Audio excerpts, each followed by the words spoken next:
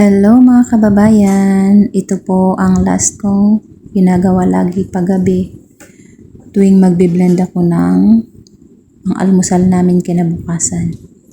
Ayan, inihalo-halo ko yan lahat at saka biniblend ko. Ang pagblend ko niyan ay nilalagyan ko ng 6 na piraso na ice cubes bago ko siya lalagay yung mga yung bigas at saka yung mga dal na inihahalo sa pagbe-blend ng bigas. Buti na lang at hindi mano-manong blender ang ginagamit ko. Yung Thermomix, pagkalagay mo, isiset mo na lang siya, tsaka yan. Maghihintay ka na lang hanggang sa huminto siya.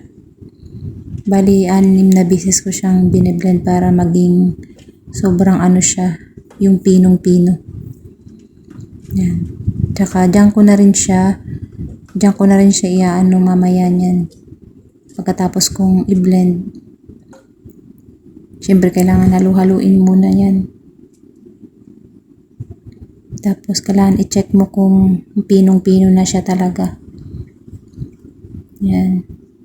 Pagkatapos niya nilalagyan ko yan ng malamig din na tubig.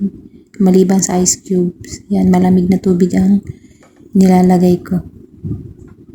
Yan, bago mo siya i-blend. Mga 30 seconds ko lang yung i-blend yan kasi sobrang napakalakas talaga niya. Ganyan lang siya. Tsaka ayan, syempre patapos na ako. Ko yan siya ng 8 oras for fermentation.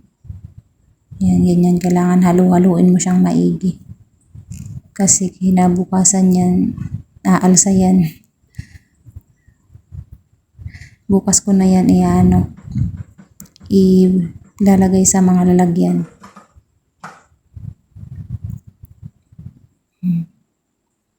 Diba, ganun lang kadali. Siyempre, relax muna. Sayaw-sayaw na rin. Enjoy lang ang life. Diba? Ganyan lang talaga. Siyempre, bago matulog, bago pumasok sa kwarto, hindi makakalimutan ang aking tea. Yun lamang po, mga kababayan. Thank you for watching. Hanggang sa